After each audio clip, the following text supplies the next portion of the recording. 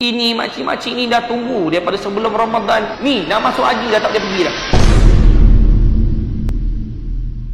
Okay, Assalamualaikum warahmatullahi wabarakatuh. Nama saya Azman bin Muhammad Hanafiah. Saya mula bekerja dengan travel agent Syabibah Sdn Bhd ni pada bulan 2 tahun 2023. Dan saya pun tak lama bekerja dengan syarikat Syabibah ini kerana setelah saya mendapati ada sesuatu yang tak lancar di mana apabila saya berada di airport tempoh hari untuk mengendalikan jemaah-jemaah umrah menggunakan perkhidmatan Air Asia, dan didapati dan saya dimaklumkan oleh kaki tangan Syabibah mengatakan ada masalah dengan tiket penerbangan Air Asia. Dan selanjutnya saya bertanya kepada mereka apa masalah tiket, dan dia kata tiada tiket penerbangan untuk Air Asia. Dan saya minta kepada kaki tangan tersebut untuk berhubung dengan CEO Syabibah iaitu Haji Muzamil untuk mendapatkan kepastian dan mendapatkan penjelasan apa sebenarnya berlaku. Sebabkan saya pernah berkecimpung lama dalam bidang aviation dan penerbangan, saya rasa itu bukan alasan yang tepat mengatakan tidak ada tiket. Dan selepas itu saya diberitahu oleh kaki tangan Syabibah, selepas berhubung dengan CEO Haji Muzamil, mereka telah mendapat tiket lain, penerbangan lain dengan penerbangan Saudi Air yang dijangka berlepas pada jam 7 pagi pada tarikh yang sama. Selepas itu apabila selesai semua jemaah terbang dan keesokan harinya, petang besok harinya, saya ke pejabat berjumpa bersama-sama dengan kaki tersebut dan bertanyakan bagaimana perkara tersebut boleh berlaku. Dan di situlah saya dapati saya memeriksa cara-cara bagaimana urusan nama-nama jemaah, urusan hotel, urusan transportation dan visa dilakukan. Apa yang saya dapati, mereka kegiatan tersebut melakukan kerja mengikut SOP syarikat. Cumanya hanya masalah pembayaran dari segi kepada tiket penerbangan, hotel, visa dan transportation adalah punca yang melibatkan jemaah Air Asia tersebut tidak dapat terbang dengan Air Asia. Terusnya apabila saya dah mula mengesyaki sesuatu yang tidak lancar dan tidak betul berlaku dalam syarikat, saya pun mengambil keputusan tak lama bekerja, hanya lebih kurang dalam seminggu, dan saya pun keluar dan berhenti kerja daripada syarikat tersebut. Sehingga kini saya tak dapat berhubung dan ataupun berjumpa dengan CEO Syabibah Haji Muzamil kerana setiap telefon yang saya buat dan setiap WhatsApp yang saya hantar kepada dia memang tiada jawapan. Dan saya boleh katakan syarikat Syabibah ini yang diterajui oleh CEO Haji Muzamil adalah menipu dan menganiaya jemaah-jemaah. Kerana sebagai contoh, wang penerbangan telah dibayar penuh oleh jemaah 60 hari sebelum. Jadi pada saya tidak ada alasan mengatakan ada masalah kewangan ataupun apa-apa masalah yang berbangkit mengenai pembayaran. So saya di sini agak memang rasa sedih dan juga terkilan dengan apa yang berlaku. Kerana sebagai sebuah travel agent seharusnya menjalankan tanggungjawab, dan setelah dipersetujui oleh jemaah-jemaah yang telah membuat bayaran, patutnya tiada apa-apa halangan atau sebab musabab dari segi penerbangan terutamanya kerana wang telah dibayar sepenuhnya. So oleh itu saya berharap agar tindakan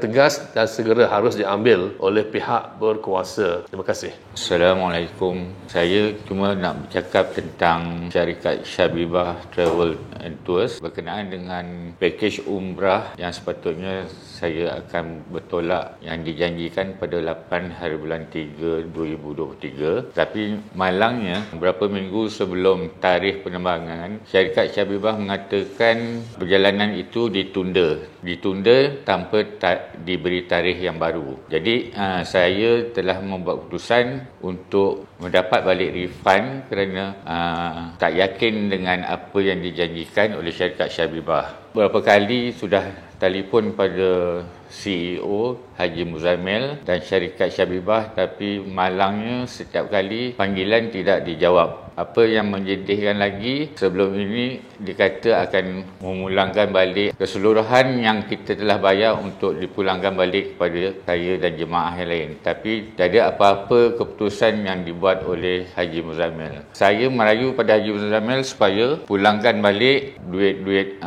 jemaah yang telah dibayar penuh, kerana kami memang hendak melakukan umrah bersama keluarga. Yang menyedihkan ialah sebagai seorang ustaz, Haji Muzamil telah tidak memegang amanah dan tanggungjawab. Saya minta Haji Muzamil supaya pulangkan balik duit jemaah, kerana setiap masing-masing ingin melakukan ibadat umrah kerana Allah Ta'ala. Kalau Haji Muzamil tidak pulang juga, Haji Muzamil akan jawab di akhirat kelak.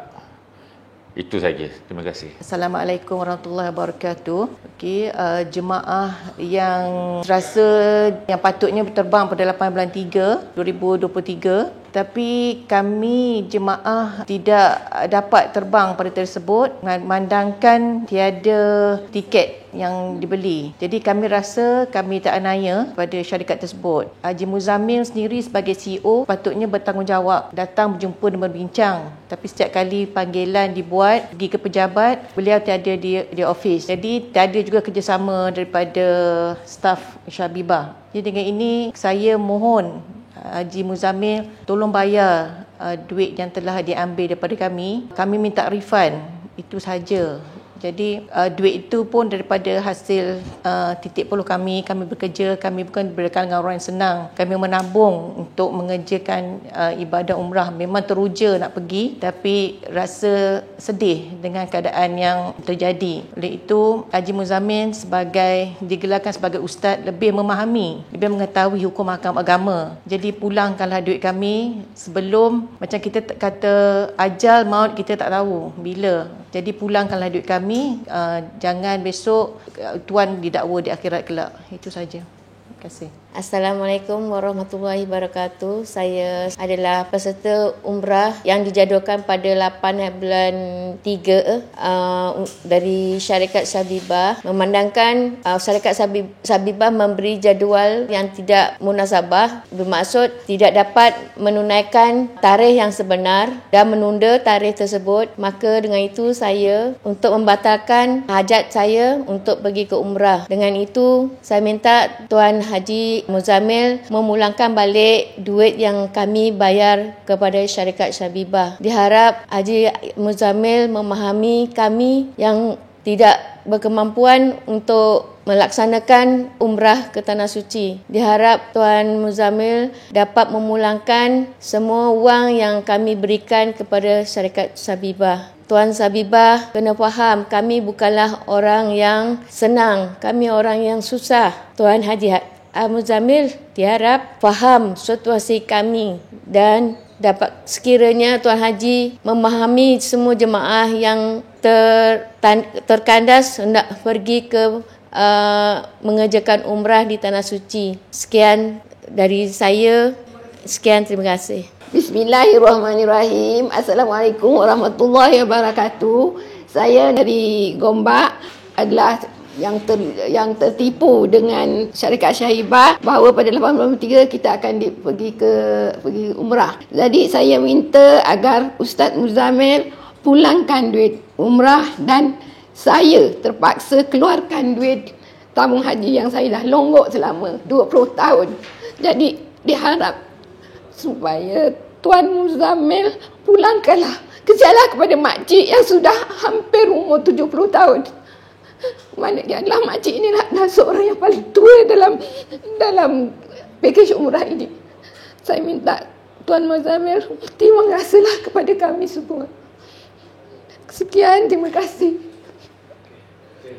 Assalamualaikum. Okey, saya sepatutnya jemaah pada bulan Disember 2022. Okey.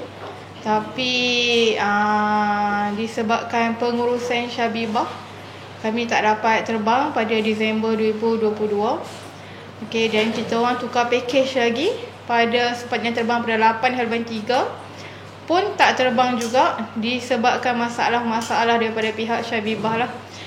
Saya sepatutnya terbang ke umrah, ibadah umrah ni bersama dengan mak saya, anak-anak dan anak-anak mak saya. Kali pertama nak pijak ke Tanah Mekah. Ya. Dan kena macam ni. Dan duit ringgit yang duk himpun selama tu bukan duit ringgit saya seorang, duit ringgit anak-anak semua. Anak-anak saya kerja dekat restoran dengan kami masa PKP. Selama PKP 2 tahun kami kumpul duit dengan harapan kami nak pergi Mekah satu family. Sebab saya bagi tahu kat anak-anak, saya janji kat anak-anak, kita nak pergi honeymoon, tak mau pergi mana-mana dah, kita nak pergi Mekah. Jadi cukup sedih lah. Sebab apa? Ni kali pertama anak-anak satu family dengan mak mentua yang tak berapa sihat, yang tak tahu berapa lama lagi dia boleh hidup. Jadi kita nak cuba berbakti kat dia dengan bagi kat dia, bawa dia pergi umrah sekali, tapi yang ni Allah Ta'ala tak izin dan kami tak sampai dan kena tipu. Bismillahirrahmanirrahim. Assalamualaikum warahmatullahi wabarakatuh.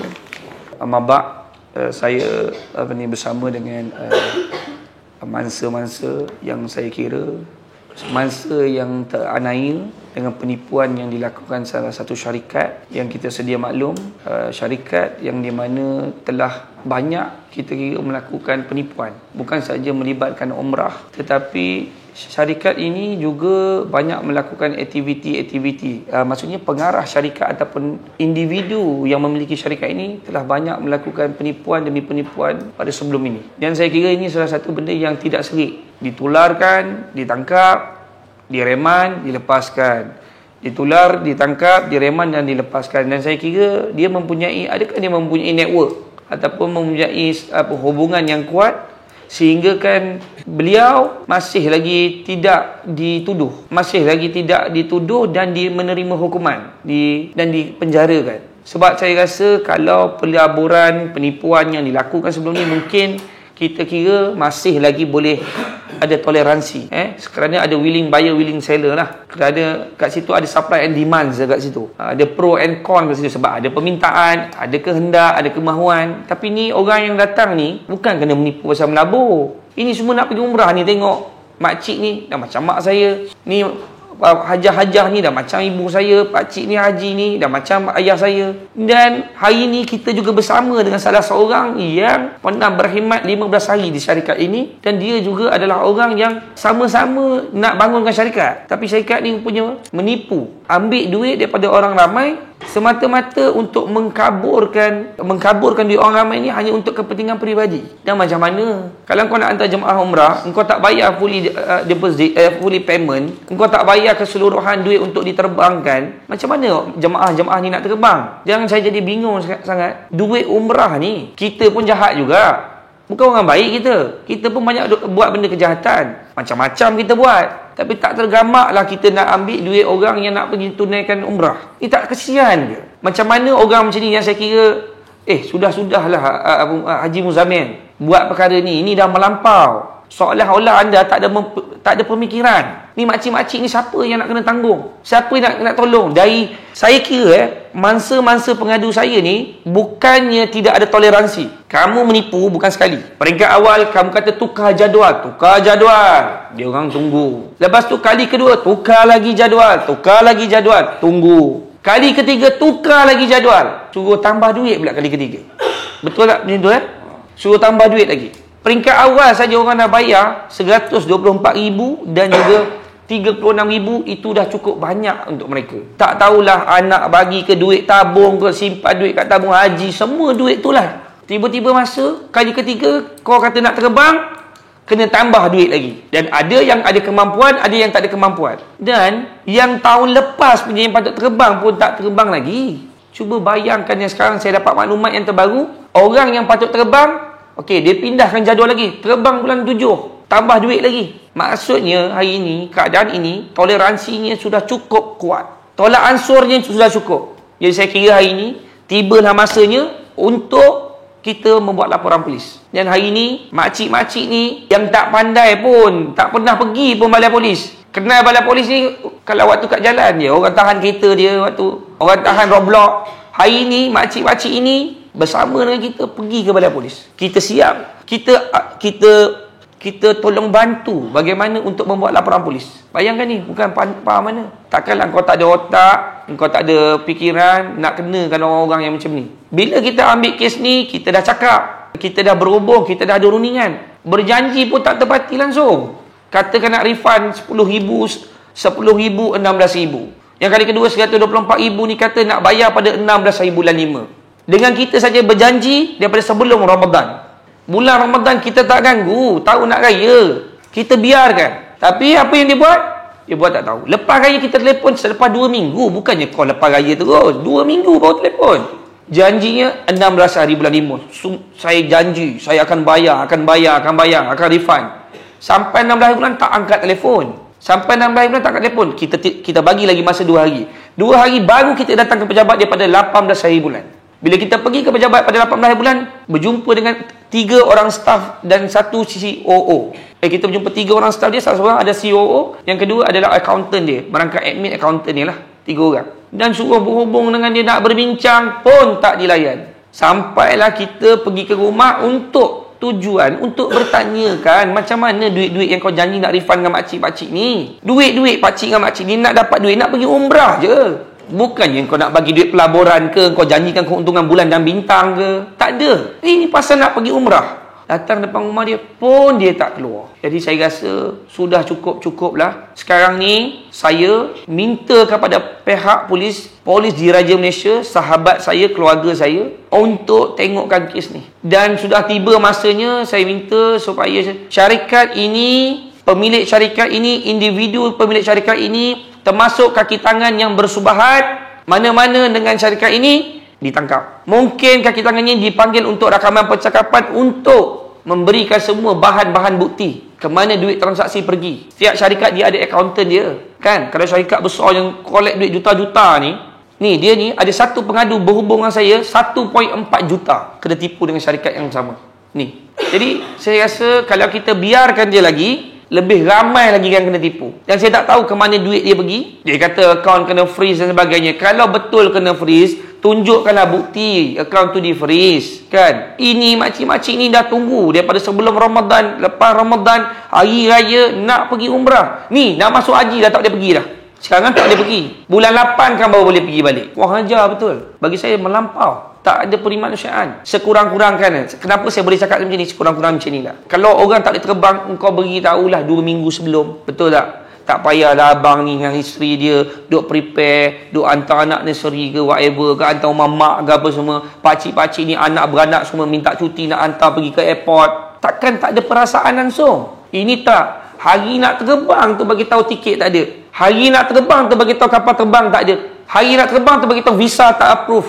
Penipu. Saya ni biasa dan rakan-rakan saya biasa buat kerja kes pasal umrah. You nak collect duit daripada orang ramai, crowdfunding, you nak ambil raise fund from funding ni, you nak ambil duit, melibatkan kerja-kerja umrah ni, pertama you kena ada seat dekat dalam flight. You dah ada booking seat.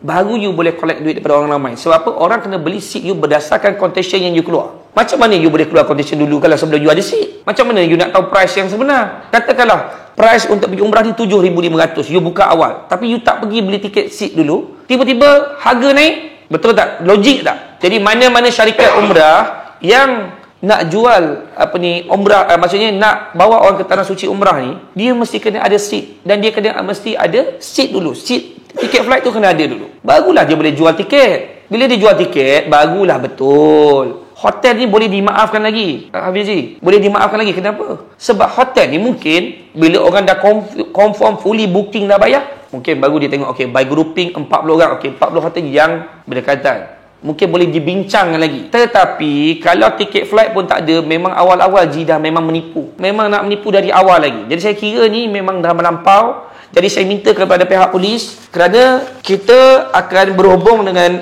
setiap IPD yang bersangkutan dengan report polis ini untuk kita pastikan kes ini disiasat dan ditangkap. Saya mohon ditangkap, diusulkan kepada Timbalan Pendakwa Raya untuk menuduh di mahkamah, dan kita bersama dengan barisan-barisan peguam kita dan juga menjadi pemerhati untuk kes ni. Sebab saya rasa sudah cukup kerana ditangkap, direman, dilepaskan. Ditangkap, direman, dilepaskan. Kita menerima maklumat yang dia ini selalu ditangkap, direman, dilepaskan, ditangkap, direman, dilepaskan sampai bila? Sampai kiamat dia akan terus menipu orang. Orang macam ni sekurang-kurangnya mesti kena rasa macam mana duduk di dalam penjara. Jadi saya minta kepada Jabatan Peguam Negara untuk melihat kes ini, kerana lihatlah ni keadaan pakcik dengan makcik ni. Saya pun bukan orang baik. Semua tahu saya macam mana, yang kenal saya. Orang tahu macam mana kadang-kadang kita bergaduh, kita bertumbuk dan sebagainya. Bukan orang baik. Tapi jahat-jahat hitam hati kita takkan sampai nak tipu dia umrah. Fikir pakai otak sikit kau ni. Kan kena ada pemikiran sikit. Kan kalau kau duit umrah orang pun kau sanggup tipu, maksudnya keprimanusiaan tu tak ada. Sifat prihatin tu tak wujud dalam diri dia. Saya boleh maafkan lagi kalau dia buat perbuatan-perbuatan jahat yang lain, tapi duit orang nak pergi umrah, orang tahu orang pergi Baitullah ni sebab apa? Tabarakallah baik. Sebab orang nak bertemu dengan Rabbul Alamin, nak jumpa, orang nak bertemu dengan Nabi SAW. Tapi macam mana orang macam ni yang tak ada pemikiran, tak ada daya langsung buat perkara macam ni. Jadi saya kira pihak polis, kita akan berikan segala maklumat. Kita mohon, polis di Raja Malaysia adalah polis yang terbaik. Mayat dah jadi abu pun pihak polis kita boleh dapat tangkap siapa yang buat. Hebatnya polis Malaysia, dan polis Malaysia antara polis yang terbaik di Asia. Saya yakin setelah video ini tular, setelah laporan polis ini yang dah dibuat, saya yakin polis akan berjaya menangkap. Dan saya mohon untuk memberi maklum kepada kita supaya kita dapat membuat liputan media massa untuk kita, supaya kes ini dapat mendapat pembelaan kepada semua mangsa-mangsa ini. Dan saya tahu bila sudah kes masuk ke dalam mahkamah ini, chances untuk dapat duit dah tak ada. Tapi sekurang-kurangnya dia tidak terus menipu orang-orang lain lagi. Dia tidak menggunakan duit daripada hasil tanah suci ini untuk membuat kehidupan cost of living dia ke, ataupun lifestyle dia ke, whatever yang dia buat tu, dia tak gunakan ke arah peribadi. Bagi saya, kalau dia genuine, dia datang jumpa kita. Tapi sudah cukup-cukup. Kita nak tunggu berapa bulan lagi? Memang tak adalah. Ini memang takkan perlu diberi ruang. Bukan tak boleh diberi peluang. Boleh diberi peluang.